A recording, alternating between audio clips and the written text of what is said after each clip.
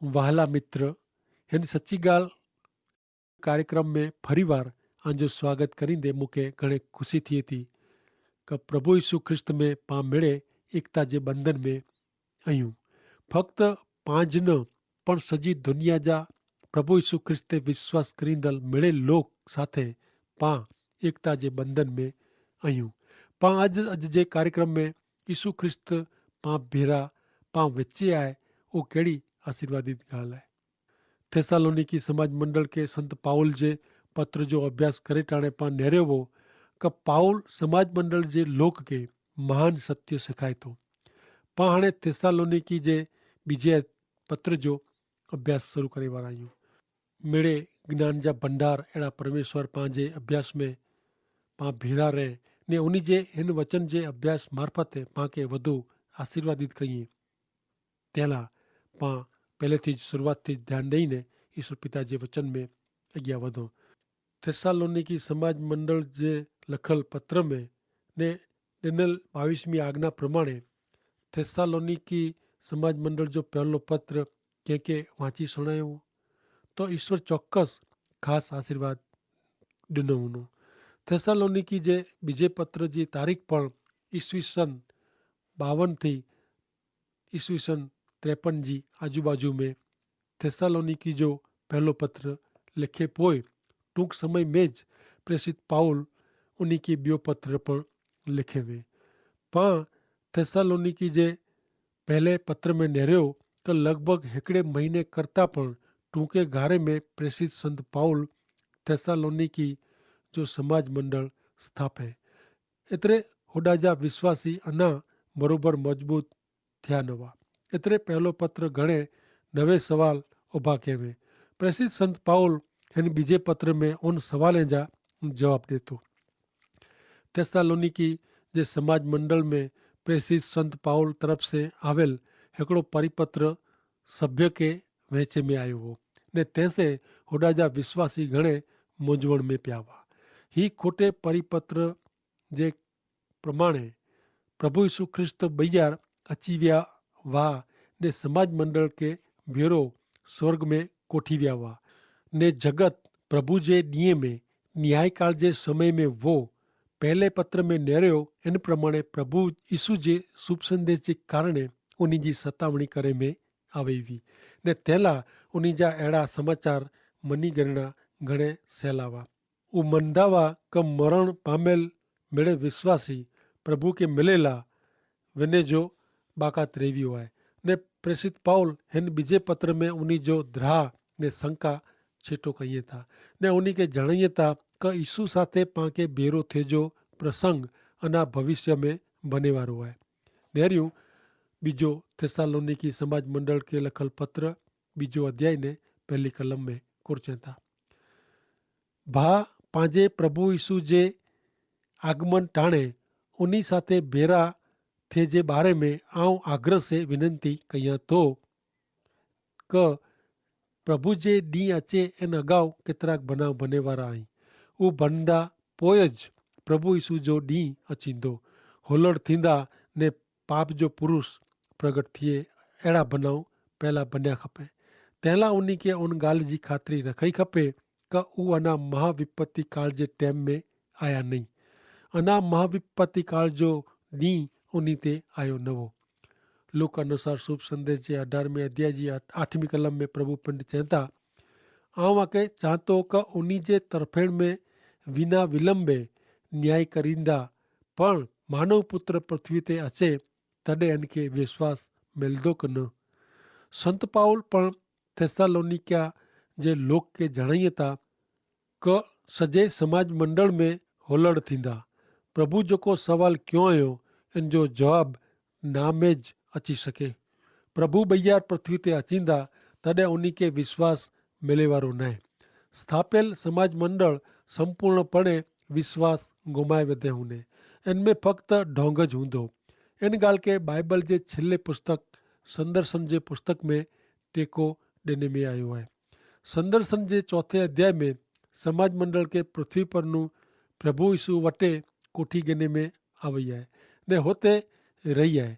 हिकिड़ी फ़क़्त प्राणी वग़ैरह जी संस्था जंहिंजो बारो रूप खासो लगे तो पण ऊ प्रभु जे पराक्रम जो इनकार करे थी।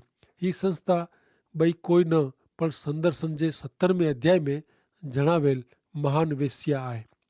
ईश्वर जे वचन में इन जहिड़ो ॿियो कोई बिहामणो वचन न आहे। थेसालोनिका जा विश्वासी लोग मञियो हो त उहो महान ॾुख जे ॾींहं में जीवे था। इन जे प्रमाणे लोग जेको वॾी हैरानगति में अची पिया आहिनि, उहे मिड़े लोग अलॻि अलॻि टाइम ते अहिड़ी ज मान्यता रखंदा हुआ। दाख़िला तरीक़े ॿिजे विश्व युद्ध दरमियान केतिरा धर्म गुरु पण अहिड़ो मञेला लॻा का उहो घणे मुश्किल जे टाइम में आया आहिनि ने समाज मंडल उन आपत्ति जे टाइम में मुश्किल जे टाइम में जा पसार थी रहियो आहे। हिकिड़ा विश्वासी भाउ पण अहिड़ो मत धराईंदा हुआ कि समाज मंडल पण हिन ॾुख जे ॾींहं में जा पसार थींदी ने थी रहियो आहे। हक़ीक़त में उहो मञे था कि हैवर ज उहो समाज मंडल आपत्ति समय में जा पसार थी रहियो आहे। असीं ॿोए असांजे हिकिड़े मित्र साथे भोजन करींदा हुआ। तॾहिं समाज मंडल ने आपत्ति जे टाइम विषय चर्चा थी। उहो मित्र समाज मंडल घणे ॾुख में जा पसार थी रहियो आहे अहिड़ो उन जो मत जली रखियो। पंहिंजे मत खे सचो ठहियल आहे। उन चयो कि ऐं विश्व युद्ध जे विमानी हमले में फसाया वो ने आजे लोक साथे हिकिड़े पुठियां हिकिड़ी राति गली ने शेरीअ में फिरंदा हो ने विश्व युद्ध जे भयंकर वातावरण जे कारण कोई न कोई व्यक्ति मानसिक रीते जोरी पवंदी वे ने ॿिए ॾींहुं उन खे गामड़े में हलाई ॾिने में आवी वे त कदाच ऐं मुंहिंजो चवणु मनो। आउं उन खे चयो कि आउं वारे जी विमानी हमले में फसायो वो त कदाच आउं वारे जी ही महाविपत्ति काल जो टाइम आहे अहिड़ो मनी गयो वो। पण युद्ध पोइ लड़ाई पोइ आउं हिन प्रमाणे मित्र भेरो खेंदो हुआ त मूंखे पिंड खे मुंहिंजी जात खे पुछियो खपियो वो कि सचाई आउं महाविपत्ति काल जे टाइम में आहियां। कदाच अॼु महाविपत्ति काल वे त पां इनखे वधायूं अहिड़ा वधो आपत्ति काल अचे अहिड़ी इच्छा रखूं जेथी पां विश्वासी भेरा वेहीने अहिड़ो ख़ासो भोजन करी सघूं।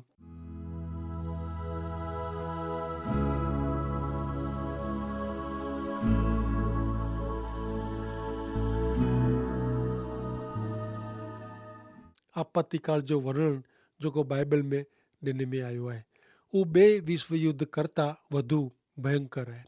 यीशु ख्रिस्त महाविपत्ति काल जे हिन टाइम जी ओळखाण घणे चोखी रीते ॾिनो हुयो कि खोटो द्रिजे जी कि गमे इन टाइम खे महाविपत्ति काल सम्झी गिने जी ज़रूरु न आहे। अहिड़ो भयंकर हमला ने युद्ध अची विया ने हैवर अहिड़ी भयंकर घटना ने बनाव बने था तॾहिं उन मिणी खे जाणीने सम्झीने पाण महाविपत्ति काल विषय पूरा सभान थी सघूं था। प्रभु यीशु जे चे प्रमाणे अहिड़ो संकुचित समय अची वारो आहे कि इन में बनाव जेको बने वारा आहिनि उहो जगत खे शुरूआत नूं अॼु सुधी बनिया नहीं ने ते पोइ अहिड़ा बनाव बनंदा पण न। अगाउ इन जहिड़ो कीअं बनियो न आहे ने ते पोइ फरी बने वारो न आहे। पहलो थेसालोनिकी समाज जे पत्र में मध्यवर्ती विचार यीशु ख्रिस्त जो पिंड जे समाज मंडल के कोठेला अचे जे पुनरागमन विषय जो वो ने थेसालोनिकी जे बीजे पत्र में मध्यवर्ती विचार प्रभु यीशु ख्रिस्त जे बीजे पुनरागमन विषय जो आहे जंहिंमें प्रभु यीशु ख्रिस्त न्याय करेला ने पंहिंजो सहस्त्र वर्षीय राज्य स्थापेला पृथ्वी ते पाछा अचे वारा आहिनि। हिन प्रसंग के प्रगटीकरण का संदर्शन से में अचे तो समाज मंडल उचकाए वञे तो उन प्रसंग के यीशु पृथ्वी ते अचींदा इन ते भार ॾिने में आयो न आहे। एतिरे लाइ हिन प्रसंग के ऊ पृथ्वी ते अचे नथा। जॾहिं यीशु ख्रिस्त पंहिंजे समाज मंडल के कोठेला अचींदा तॾहिं प्रभु यीशु ख्रिस्त पृथ्वी ते अची वारा नहीं पण समाज मंडल उन्ही के मिलेला आकाश में उन्ही के मिलेला उचकाए वेंदो। इन लाइ ग्रीक शब्द आहे हारपेजो। इन जो अर्थ आहे खेची गिनणु। पांखे आकाश में यीशु ख्रिस्त के मिलेला खेची गिने में अचींदा। पण यीशु ख्रिस्त जो प्रकटीकरण जॾहिं यीशु ख्रिस्त पंहिंजो राज्य स्थापियला अचींदा तॾहिं थींदो। ही बॉय बनाव यीशु ख्रिस्त पंहिंजे समाज मंडल खे कोठेला अचींदा ने जॾहिं उहो पंहिंजो राज्य स्थापियला अचींदा उन बॉय विच जो समयगारो महाविपत्ति काल जो समयगारो आहे। थेसालोनिकी जे पहले पत्र में पाण निहारियो ती समाज मंडल जो आकाश में उचकाए वञणु उहो झूने करार जो विषय न आहे। झूने करार जे संते जी जेको आशा हुई उता जगी पार्थिव आशा हुई, उता उन जे मसीह जी वाट न ॾींदा हुआ जेको अची ने हिन पृथ्वी ते स्वर्ग वसाईं आकाश जो राज्य। अहिड़ी ॻाल्हि जो अर्थ अहिड़ो थिए कि पृथ्वी ते आकाश जे राज्य जो अमल जेतिरी आसानी से आऊं आके चई सघां एतिरी सवलाई से आऊं आके चयो आहे। प्रभु यीशु जेको आकाश जे राज्य जी ॻाल्हि चयो हुयो उता प्रभु यीशु जॾहिं हिते पृथ्वी ते अचींदा तॾहिं पृथ्वी स्वर्ग में फिरवाई वेंदी। प्रेषित पौल थेसालोनिकी जी समाज मंडल खे उहा ॻाल्हि वजन ॾेई ने चेला मंगे थो कि विश्वासीअ जी सतावणी त हैवर ने हालज थिए वारी आहे, पण यीशु ख्रिस्त वग़ैरह जे लोक जो न्याय त भविष्य जी ॻाल्हि आहे। जॾहिं यीशु ख्रिस्त अचींदा तॾहिं न्याय थींदो। प्रेषित संत पौल पहले अध्याय जी पहली 12 कलम में हीज ॻाल्हि जणाईअ था। जॾहिं ॿिए अध्याय जी पहली 12 कलम में पण यीशु ख्रिस्त जे अचे जे विषय में एतिरे पुनर्गमन जे टाणे दुनिया में कई घटना ने बनाव बने वारा आहिनि उहो जणाईअ। जॾहिं अविश्वासीअ जो न्याय दंड भविष्य में अचे वारो आहे, यीशु ख्रिस्त पाछा पृथ्वी ते अचींदा तॾहिं ही वीचार मन में रखीने पां ॿिजो थेसालोनिकी समाज मंडल खे लखल संत पौल जो पत्र तंहिंजो पहलो अध्याय जे पहली कलम वाचियूं त हिते लिखल आहे कि समाज मंडल के जे मिड़े लोक के लखंदल ईश्वर पिता जो ने प्रभु यीशु ख्रिस्त जा पाउल सिल्वानंस ने तिमोथी आहे। संत पाउल जो संबोधन बाइबल जे सिद्धांत के आत्मिकता में मजबूत वे अहिड़े समाज मंडल खे शोभे अहिड़ो मित्रता भरियो संबोधन आहे। संत पाउल सिल्वानस ने तिमोथी प्रभु यीशु जे शुभ संदेश ला घणे डोक सन क्यों। संत पाउल पिंड बेरा हिन बॉय भाईअ जा ना पण लिखे थो। पाउल ने सिलास फिलिपिए जे कैदखाने में पण रहिया हुआ। ही त्रोय थेसालोनिकी में पण बेरा विया हुआ, पण पाउल के उन्ही के छॾीने ॿिए ठिकाणे वञिणो पियो हो। पाउल एथेंस में उन्ही जी वाट न ॾींदो हो, पण उहो हुते आया न। तंहिं पाउल कोरिंथ शहर में वञे थो। उन्ही जी मुलाक़ात छेवटे हुते थिए थी ने हिन टाणे संत पाउल थेसालोनिकी समाज मंडल जे लोक के पहलो पत्र लिखे थो। उहो उन्ही जा सवाल जेको खणी आया हुआ इन जा जवाब पाउल पहले पत्र में ॾिए थो। पहली कलम में जणावियल थेसालोनिकी जे समाज मंडल जे मिड़े लोक के उहो थेसालोनिकी जा स्थानिक समाज मंडल जा लोक हुआ। पाउल के स्थानिक समाज मंडल ते विश्वास हो ने थेसालोनिकी जो ही समाज मंडल ईश्वर पिता जी ने ईश्वर पुत्र प्रभु यीशु ख्रिस्त जी इच्छा में वो। कदाच हिते संत पाउल पवित्र आत्मा विषय चए नथा एतिरे ला कि थेसालोनिका जे लोक जे समाज मंडल में पवित्र आत्मा वसीने कम करींदो हो। उन्हीं में वसियल पवित्र आत्मा से उन्हीं में यीशु ख्रिस्त जो जीवन प्रगट थींदो हो ने पवित्र आत्मा उन्हीं के जेको महान तेड़े विषय उन्हीं के बुलाए में आया हुआ इन प्रमाणे जीवन जीवेला शक्तिमान करींदो हो। उन्हीं जी जगह ईश्वर पिता ने ईश्वर पुत्र यीशु ख्रिस्त में वो ने संत पाउल यीशु ख्रिस्त जे देवत्व संबंधी नवे विश्वासीअ खे सेखारींदो हो। यीशु ख्रिस्त ऊ त्रिएकी ईश्वर जे अंग सरखा ईश्वर हुआ। इन विषय संत पाउल जे मन में जरा पण शंका न हुई। बीजे पत्र जी पहली कलम में पां त्रिएक ईश्वर जा ॿ हथ निहारियूं था जेको प्रभु यीशु जो ने ईश्वर पिता जो हथ आहे। यीशु ख्रिस्त जे समाज मंडल जो स्थान हुते आहे। थेसालोनिकी जे समाज मंडल जो स्थान हुते ईश्वर जे देवी पणे में वो। आंजे समाज मंडल जो स्थान पण होते जाए।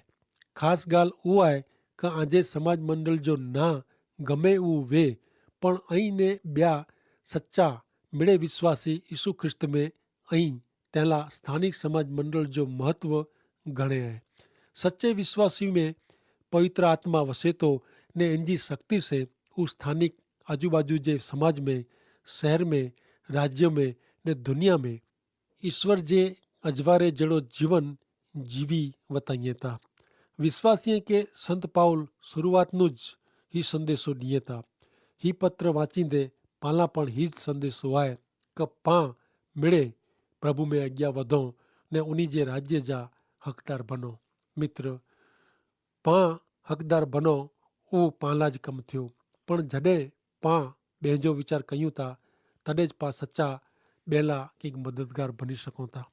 ने अॼु पां दुनिया में नेरियूं पंहिंजी आजू बाजू नेरियूं त अहिड़ा घणे लोक आहिनि जेको सत्य वग़ैरह जा आहिनि, सत्य ईश्वर वग़ैरह जा आहिनि। मित्र, मुंहिंजी आके नम्र विनंती आहे कि અહીં उन्हीं के जो हिन कार्यक्रम संबंधी बताईंदा सत्य जीवंत ईश्वर प्रभु यीशु ख्रिस्त जेको जगत जा उद्धारक आहिनि, तारणहार आहिनि, उहो उन्हीं के मिले अहिड़ा ऐं उन्हीं के समाचार ॾियो। हिन कार्यक्रम संबंधी पण जणायो कि જેથી કરીને उन्हीं जे जीवन में पण ईश्वर जी शांति, आनंद ने प्रेम अचे, उन्हीं के सत्य सम्झाजे, उन्हीं के सत्य ईश्वर जी ओळखाण मिले ने उहो पण पां भेरा ईश्वर जे राज्य जा भागीदार बने। अहिड़ो ऐं उन्हीं खे पण चई सुणाईंदा त उहो पण हिकिड़ी वॾी सेवा लिखांदी। कारण दुनिया में यीशु ख्रिस्त एतिरे लाइ आया कि कंहिंजो पण नास न थिए, पण मिणी जो बदिलाण थिए, मिणी के अनंत जीवन मिले ने मिड़े ईश्वर जे राज्य जा भागीदार बने। ते माटे ईश्वर पिता जगत मथे प्रेम कयो हुयो ने पंहिंजे पुत्र जो बलिदान पालना कयो हुयो कि पां मिड़े ईश्वर जे राज्य जा बाळक बनो। त अॼु पण उज प्रभु यीशु ख्रिस्त हरेक व्यक्ति खे चए था कि ऐं मिड़े मूं वटि अचो, अव्हांखे आराम ने शांति ॾींदो ने अनंत जीवन जी ख़ातिरी ॾींदो। मित्र, मुंहिंजी आके विनंती आहे कि ऐं जेको सुणो था उन पुठियां ऐं ज़रूरु मनन करी जा, वीचार करी जा कि જેથી કરીને आके वधु ने वधु ज्ञान बुद्धि અને સમજણ मिले ने ईश्वर पिता जो आशीर्वाद आमे हमेशा कायम रहे। ते माटे पाके प्रार्थना करी जी ज़रूर है, प्रभु जा वचन सुने जी ज़रूर है ने प्रभु जे वचन के सुनीने जॾहिं पां प्रार्थना कयूं था तॾहिं पवित्र आत्मा पिंड पां में कमु कयूं था ने पाके जेको सत्य सम्झण आहे इन में पाके सम्झण ॾिए था, जेको मार्ग पां ॼाणो नथा इन मार्ग में हले जी पाके शक्ति अने बुद्धि पण ॾिए था। ज़रूरु आहे प्रार्थना में रहणु ने प्रभु जी संगत में जीवन जीणु अने ते माटे ईश्वर पिता खे वधु ने वधु आशीर्वादित कईं। अहिड़ी मुंहिंजी ख़ासि प्रार्थना ने विनंती आहे। आमीन।